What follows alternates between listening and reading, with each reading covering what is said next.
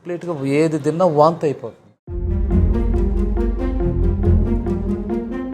Pancreas cancer అని తేలింది. 10 chemos ఇచ్చారు. మేము ఇంతేనండి, ఇంతకంటే ఏం చేయలేము, ఇంకా అలాగే ఉంటుంది, తగ్గదని చెప్పారు వాళ్ళు.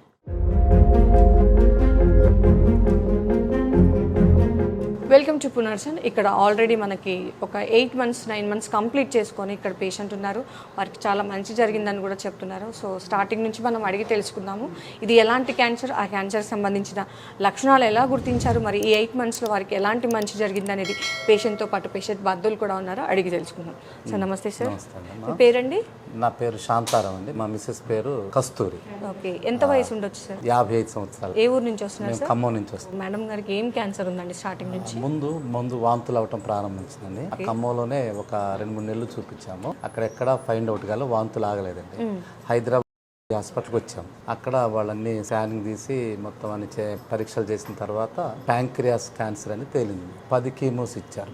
ఒక స్టంట్ కూడా వేశారు. చివరిలో ఆయన చెప్పిన మాట ఏంటంటే, మేము ఇంతేనండి, ఇంతకంటే ఏం చేయలేము, ఇంకా అలాగే ఉంటది, తగ్గదని చెప్పారు వాళ్ళు. చర్చికి వచ్చే బాబు ఒక ఆయన, బాను ఈ పునర్జన ఆయుర్వేదికి వెళ్ళండి అంకుల్ అని చాలా సార్లు చెప్పడం జరిగింది. మేము ఇక వెళ్దాంలే, ఇక ఆయన హోప్లెస్ అని చెప్పినాకనే మేము ఇక్కడికి వచ్చామండి. ఇక్కడ వాడటం ప్రారంభించినాక చేసింది మాక్సిమం చాలా వరకు తగ్గిందండి. Sir thank you so much. Sir stent వేయడానికి ఉపయోగాలు, అసలు దానివల్ల ఏం జరుగుతుందని ఏదైనా చెప్పారా?